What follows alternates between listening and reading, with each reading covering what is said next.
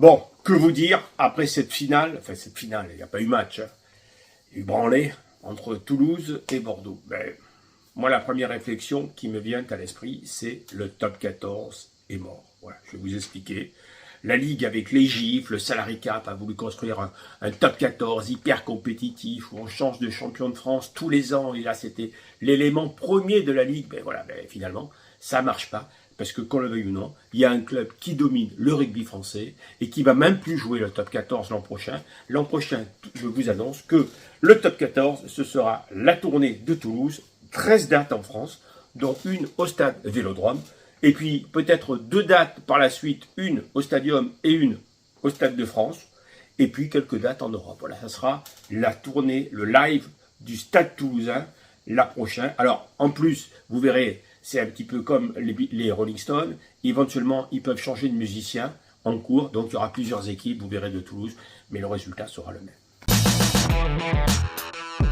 Alors, on va parler du système toulousain parce que ce système vient perturber le rugby français. Alors d'abord, en préambule, il faut quand même reconnaître que pour que ce système que je vais vous expliquer marche, il faut qu'il y ait des gens de talent à la tête. Et Didier Lacroix et Hugo Mola ne sont pas des gens de talent, ce sont des gens de très grand talent et qui ont su exploiter avec beaucoup d'intelligence le système. Et ce système qu'ils exploitent va peut-être devenir dangereux pour la suite du top 14. Alors comment ça marche? Bien d'abord, on a un maximum d'internationaux. Beaucoup. À Toulouse, on en a une quinzaine, ce qui veut dire qu'on récupère quasiment 3 millions de salary cap. C'est pas 3 millions qui rentrent dans la poche, attention. C'est l'autorisation de recruter pour 3 millions de plus par rapport aux autres. Donc là, déjà, ça crée un gros déséquilibre. Quand on pense ensuite que Toulouse, grâce à ses titres, paye un peu moins cher les joueurs, ça c'est une réalité, paye un peu moins cher, on va dire qu'il a grosso modo récupéré 4 millions à 4 millions et demi de salary cap. Ça, c'est la première étape. La deuxième étape, c'est rentabiliser ce salary cap. Comme ils ont beaucoup d'internationaux, qui sont payés quasiment 2 000 € la journée quand ils sont en équipe de France, Toulouse va récupérer un chèque de 2 millions et demi, 3 millions pour équilibrer ses comptes. Et ensuite, de temps en temps, ils vendent un joueur pour faire la marge la plus totale et pour équilibrer encore plus, pour faire du bénéfice dans leur bilan. Ça, c'est le système Toulouse. Ce qui veut dire que les autres jouent avec un salary cap à 11 millions, 11 millions et demi, 12 millions, et Toulouse joue avec un salary cap à 15, 16 ou 17 millions.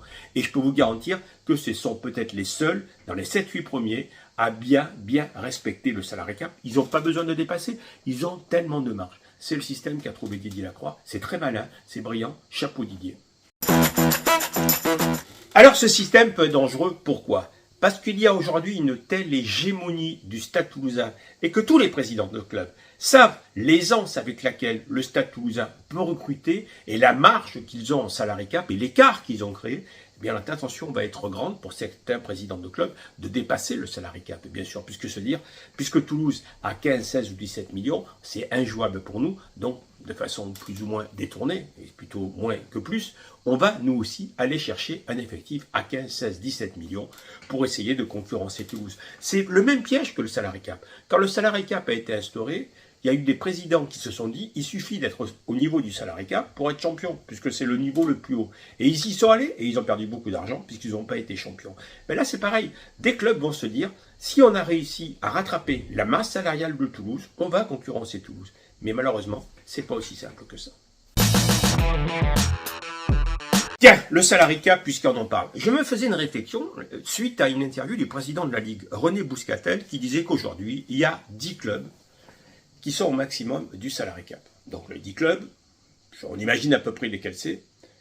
Donc si le salary cap est totalement respecté, ce dont je ne doute pas, ça veut dire que Bayonne ou Castres ont exactement la même masse salariale que le Racing, ou que La Rochelle, ou que Toulon. Bon, il y a deux solutions. Hein.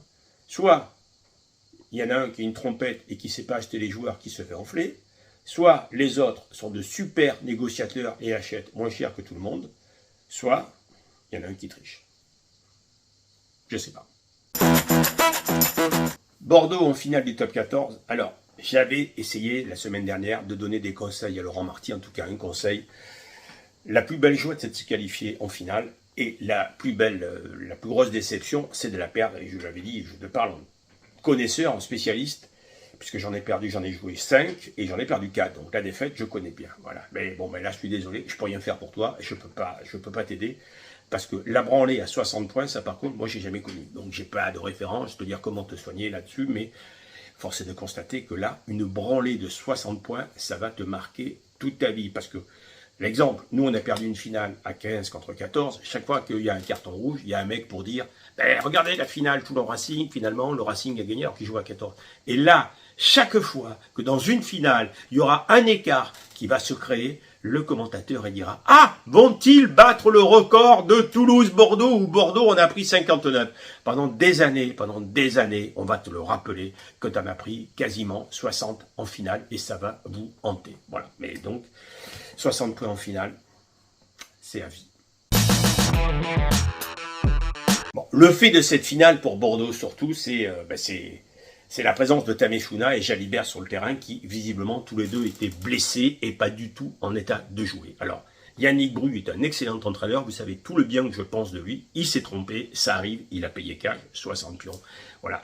Faire jouer Tamefuna et Jalibert sur ce match, c'était un petit peu comme si tu avais appelé aujourd'hui Pascal Londard pour jouer et l'Escarbrois. Voilà. Mais tu aurais eu à peu près, peut-être même un meilleur résultat que deux joueurs blessés. Voilà. Donc, pense-y s'il y a une autre finale.